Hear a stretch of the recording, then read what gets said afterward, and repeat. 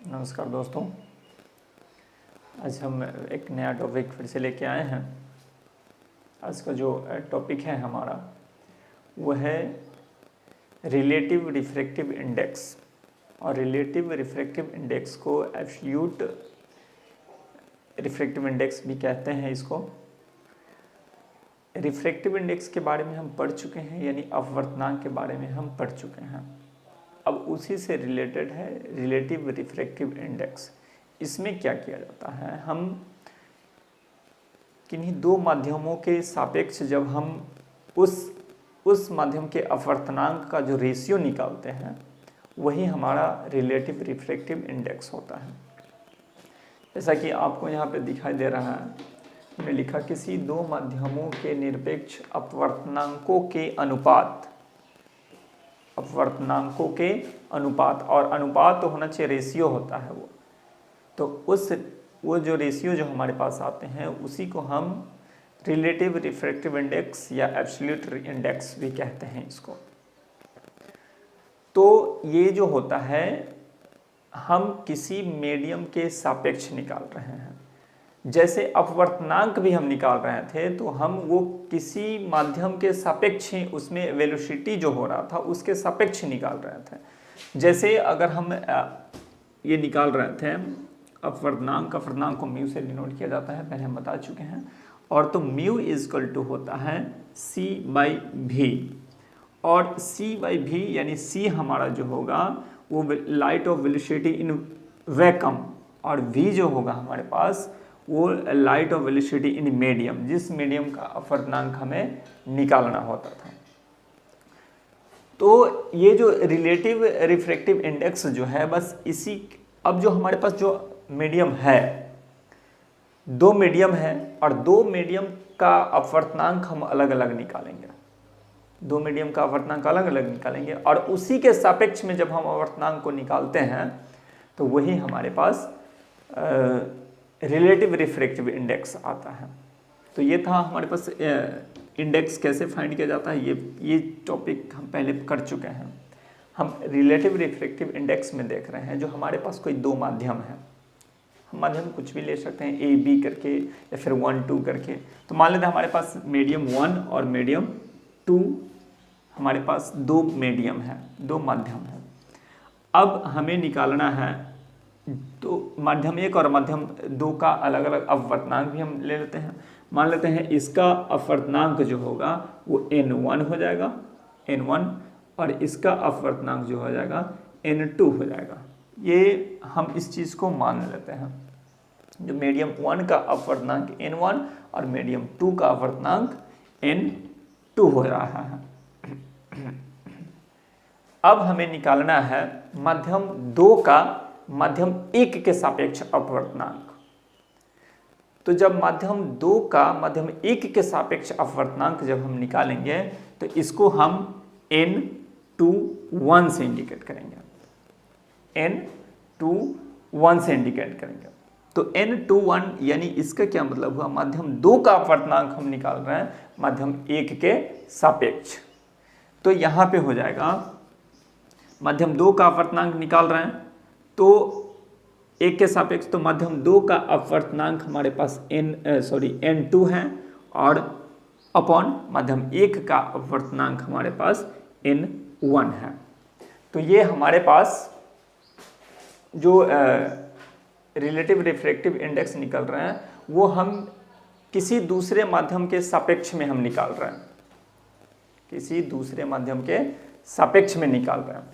तो यहाँ पे ये निकल गया, ये सापेक्ष किसके सापेक्ष है, माध्यम 2 का अपवर्तनांक, यहाँ जो लिखा गया है माध्यम 2 का अपवर्तनांक माध्यम 1 के सापेक्ष निकाला गया है।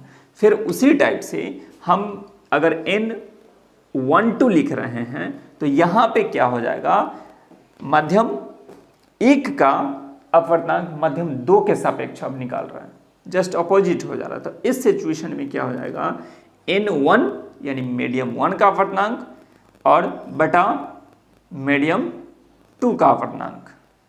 तो ये निकल गया दोनों का अलग अलग रिलेटिव में इसलिए निकाला गया क्योंकि हम टॉपिक हमारा वही है, रिलेटिव रिफ्रैक्टिव इंडेक्स। अब यहाँ तक क्लियर हो गया। अब हम क्या करेंगे, जो अलग अलग हम अब देखेंगे, इसको चेक करेंगे इस चीज़ को, जो आखिर इन दोनों के बीच में रिलेशन क्या है, सापेक्ष में जब हम निकालते हैं तो रिलेशन क्या है। आई होप कि उम्मीद करते हैं जो आप नोट कर लेंगे इस चीज़ को। जहाँ पे नहीं समझ में आएगा आप कमेंट बॉक्स में कमेंट कर सकते हैं इस वीडियो के माध्यम से। आगे हम देख रहे हैं अब जैसा कि हमारे पास दो इक्वेशन है, इक्वेशन जो अभी जस्ट हम निकाले थे, n21 इक्वल टू n2/n1, और एक और इक्वेशन था n12 इक्वल टू n1/n2। अब यहाँ पे इसमें हम एक बार फिर से इस चीज़ को हम रिपीट कर दे रहे हैं, जो ये माध्यम 2 का अपवर्तनांक माध्यम 1 के सापेक्ष है, माध्यम 2 का अपवर्तनांक माध्यम 1 के सापेक्ष है, और यहाँ पे जो है माध्यम 1 का अपवर्तनांक माध्यम 2 के सापेक्ष है। सबसे बड़ा फैक्टर यही होता है, ये समझना बहुत जरूरी होता है, जो हम किसके सापेक्ष में निकाल रहे हैं तो हम कैसे उसको इक्वेशन को हम लिखें। अब हम क्या कर रहे हैं, जो हमारे पास दोनों माध्यम जो है, माध्यम 1 यानी मीडियम 1 और मीडियम 2 जो है, दोनों का n1 और n2 अलग अलग हम निकालते हैं। दोनों का n1 और n2 हम अलग अलग निकालते हैं। तो n1 और n2 निकालने के लिए हमारे पास light of velocity in vacuum में पता होना चाहिए। तो उसको हम मान लेते हैं, जो वैक्यूम में जो हमारे पास है वो c है, वैक्यूम में लाइट ऑफ वेलोसिटी c है। और अगर हम n1 लेते हैं, मीडियम 1 लेते हैं, तो उसका मीडियम 1 में वेलोसिटी हम v1 मान लेते हैं। तब हमारे पास n1 क्या हो जाएगा, n1 इज इक्वल टू हो जाएगा यहाँ पे light of velocity in vacuum यानी it means c, and light of velocity in medium it means v1। तो ये इक्वेशन हमारे पास n1 निकल गया। फिर उसी टाइप से हम मीडियम 2 का निकालेंगे। तो मीडियम 2 में तो हमारे पास ये जो light of velocity in vacuum जो है वो तो सेम ही लिखना पड़ेगा, उसमें हमें कोई चेंजेस नहीं करना पड़ेगा। लेकिन ये हमारे पास उस मीडियम, क्योंकि मीडियम चेंज हो रहा है, तो मीडियम जैसे ही चेंज हो रहा है तो उसका जो लाइट ऑफ वेलोसिटी जो है, लाइट ऑफ वेलोसिटी वो चेंज हो जाएगा। तो जैसे ही वो चेंज होगा तो यहाँ पे अब सेकेंड के लिए, दूसरे मीडियम के लिए ये v1 फर्स्ट के लिए था, और सेकेंड के लिए हम मान लेते हैं v2 मान लेते हैं उस मीडियम में, इसमें कोई चेंजेस नहीं करेंगे। तो हमारे पास n2 अगर निकालना होगा तो light of velocity in vacuum it means c, और light of velocity in medium it means v2, ये दोनों रेशियो निकल गए। अब हम यहाँ पे चलेंगे, ये दोनों इक्वेशन आप समझ गए होंगे। अब यहाँ पे हम चल रहे हैं, इन दोनों n1 और n2 का वैल्यू हमने निकाला। अब n1 और n2 का वैल्यू हम यहाँ पे पुट करेंगे और इसमें भी देखेंगे जो इन दोनों में क्या कंडीशन आता है।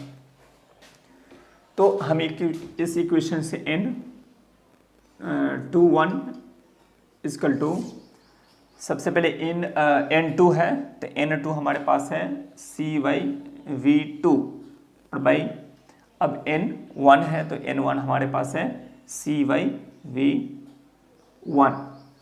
इस चीज़ को फिर c/v2 इंटू v1/c, तो c और c कैंसिल हो गया, हमारे पास आया v1/v2। एक इक्वेशन हमारे पास यहाँ से आया, यानी ये जो आया वो आया n21 आया यहाँ पर। उसके बाद हम फिर अब दूसरे इक्वेशन से फिर दूसरे इक्वेशन को हम लेके आएंगे इसमें, ठीक ना। तो दूसरा इक्वेशन जब हम लेके आएंगे, यानी हमारे पास यहीं से हम कर लेते हैं, this simple n12 equal to, अब n1 का वैल्यू हम पुट करेंगे, n1 का यहाँ पे वैल्यू पुट करेंगे, देखेंगे जो क्या होता है। सेम उसी टाइप से, उसमें कोई चेंजेस नहीं करेंगे, जो भी वैल्यू हमारे पास ये n1 और n2 निकला था उसी में हम n1 और n2 को डालेंगे। अब हम इसको करते हैं n12 के लिए हम कर रहे हैं, तो हाँ n21 के लिए हमारे पास n1/n2 है, तो n1 का वैल्यू हम यहाँ से पुट करेंगे, यानी c/v1/n2 है, तो n2 यहाँ से c/v2, फिर यहाँ से n12 is equal to c/v1 into v2/c, यहाँ से c और c कैंसिल हो जाएगा, n12 इजकल टू v2/v1। हमारे पास ये इक्वेशन आ गया एक, और एक इक्वेशन पहले से यहाँ पे है। तो इन दोनों इक्वेशन को अब हम क्या करेंगे, दोनों इक्वेशन को मल्टीप्लाई कर देंगे, इसको और इसको। तो मल्टीप्लाई करने के बाद जो हमारे पास रिजल्ट जो आता है उसको हम देखते हैं, जो वो रिजल्ट क्या आता है।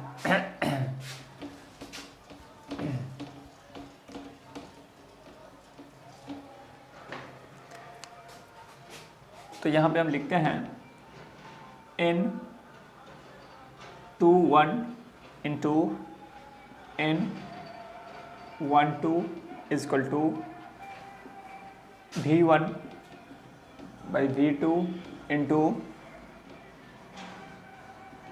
v2/v1। अब ये और ये v1/v1 और v2/v2 कैंसिल हो गया, यानी हमारे पास जो इक्वेशन आया वो n21 into n12 is equal to 1। उसके बाद हम n12 21 अगर निकालें तो यहाँ से आ जाएगा 1/n12, यहाँ पे एक ये, और उसी टाइप से अगर फिर हम निकालें इसमें से n12 तो जस्ट अपोजिट हो जाएगा इसका, 1/n21 हो जाएगा। तो ये था हमारा रिलेटिव रिफ्लेक्टिव इंडेक्स दोनों के बीच में जो रिलेशन जो था, उस चीज़ को हमने आपको यहाँ पे दिखाया। ये इसलिए हमने आपको पूरा डिटेल इसको कर दिया रिलेटिव रिफ्लेक्टिव इंडेक्स को, क्योंकि आगे के इक्वेशन में हम इतना पूरा डिटेल नहीं करेंगे, डायरेक्ट इस इक्वेशन को और इस इक्वेशन को जो आने वाले जो इक्वेशन है जो ज़रूरत पड़ेगा उसमें हम डायरेक्ट वहाँ से पुट करेंगे। तो इसलिए हमने पूरा डिटेल किया। उम्मीद करते हैं जो ये वीडियो आपको अच्छा लगे, लाइक और सब्सक्राइब ज़रूर कीजिएगा। कहीं भी प्रॉब्लम हो तो कमेंट ज़रूर कीजिएगा। धन्यवाद।